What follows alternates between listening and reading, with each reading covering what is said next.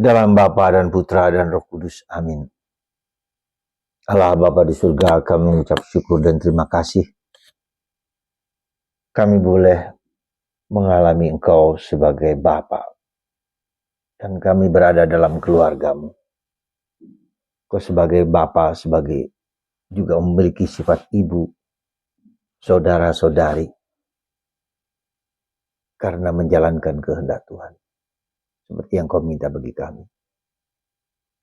Terpujilah namamu kini dan sepanjang segala masa. Amin.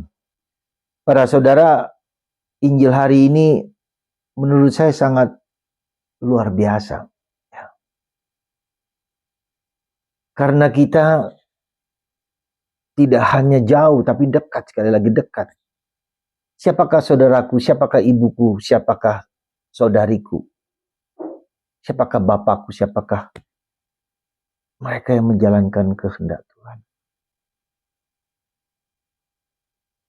Dan itulah gereja. Yesus tidak minta berdasarkan ras, suku, Jawa, Flores, Batak, apa saja, Bali.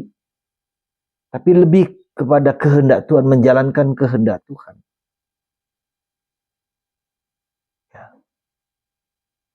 Itulah yang menurut saya sangat penting di dalam gereja kita, bahwa tidak ada batas-batas biologis yang membuat kita hanya karena bersatu, karena suku, karena keluarga, karena darah. Jadi mengatasi lebih, bukan hanya bersifat komunal, bukan hanya bersifat daerah. Meskipun itu sangat perlu, tetap penting, tetapi harus melampaui. Dan gereja harus demikian. Merangkum, menerima. Maka gereja Katolik bersifat universal, katolikos, universal. Tidak ada gereja Katolik Batak, tidak ada gereja Katolik Simalungun, tidak ada gereja Katolik Jawa, tidak ada gereja Katolik. Tapi siapapun dia masuk di dalam katolisitas itu. Bahkan yang tidak, mungkin tidak beragama sekalipun bahkan. Jadi Katolik itu lebih kepada kebersatuan komunitas, bukan karena faktor biologis kita, tapi faktor menjalankan kehendak Tuhan.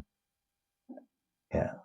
Maka inilah sesuatu nilai yang menurut saya sangat penting di dalam keimanan kita di dalam gereja. Jadi Kristen bukan hanya orang pengikut Yesus, bukan hanya orang yang mengikuti Yesus, tapi Kristen Katolik.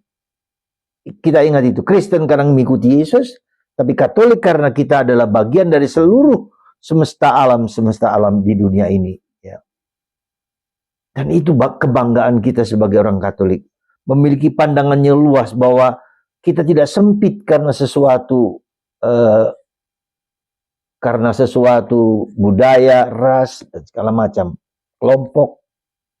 Katolik adalah Anda semua dan kita semua. Dan ini harus memperluas cakrawala pemikiran kita sehingga orang lain menjadi saudara.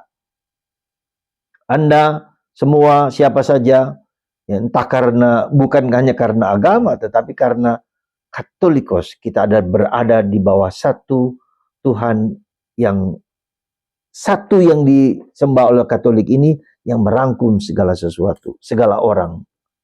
Ya.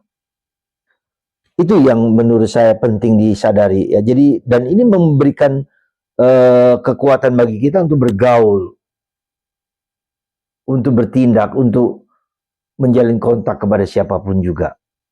Semoga cakrawala pemikiran ide yang demikian membuat kita semakin terbuka dan membuka diri bergaul dengan banyak orang.